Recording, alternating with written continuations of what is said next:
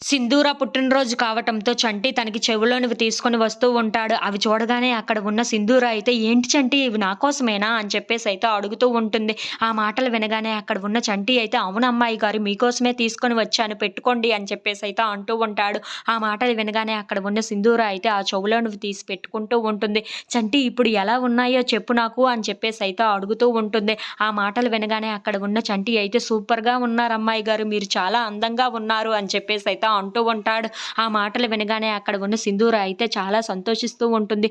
చంటి ఒక్క నిమిషం ఇక్కడే ఉండు, నేను ఇప్పుడే వచ్చేస్తాను" అని చెప్పేసైతే లోపలికి వెళ్ళి అక్షింతలు తీసుకొని వస్తూ ఉంటుంది. అది చూడగానే అక్కడ ఉన్న చంటి అయితే, "ఏంటమ్మాయి గారు ఇది" అని చెప్పేసైతే అడుగుతూ ఉంటాడు. ఇంతలో అక్కడ ఉన్న సింధూర, "నువ్వు ఈ అక్షింతలు తీసుకొని నన్ను ఆశీర్వదించు" అని చెప్పేసైతే అంటూ ఉంటుంది. ఆ మాటలు వినగానే అక్కడ ఉన్న చంటి అయితే, "ఏంటమ్మాయి గారు నేను ఆశీర్వదించాలా" అని చెప్పేసైతే అంటూ ఉంటాడు. "అవును చంటి నువ్వే ఆశీర్వదించు" అని చెప్పేసైతే తన కాళ్ళకి మొక్కుతూ ఉంటుంది. ఇంతలో అక్కడ ఉన్న చంటి అయితే, "మీరు చల్లగా ఉండాలి అమ్మాయి గారు, నుండు నూరేళ్ళు" అని చెప్పేసైతే అంటూ ఉంటాడు. ఇంతలో అక్కడ ఉన్న సింధూర, "అలా కాదు చంటి, ఎప్పుడైనా భార్యని భర్త దీర్ఘ సుమంగళి భవ అని ఆశీర్వదించాలి. అంతే తప్ప ఇలా కాదు" అని చెప్పేసైతే అంటూ ఉంటుంది. ఇంతలో అక్కడ ఉన్న చంటి, "సరే అమ్మాయి గారు మీరు చెప్పినట్లే చేస్తాను. మీరెప్పుడు దీర్ఘ సుమంగళి భవగానే ఉండాలి. మీరెప్పుడు ఆయుష్‌తోనే ఉండాలి" అని చెప్పేసైతే ఆశీర్వదిస్తూ ఉంటాడు. ఆ మాటలు వినగానే అక్కడ ఉన్న సింధూర అయితే చాలా సంతోషిస్తూ ఉంటుంది. "చాలు చంటి నాకు ఇది ఈ రోజుకి" అని చెప్పేసైతే అనుకుంటూ ఉంటుంది. If you like this video please like, share and subscribe friends.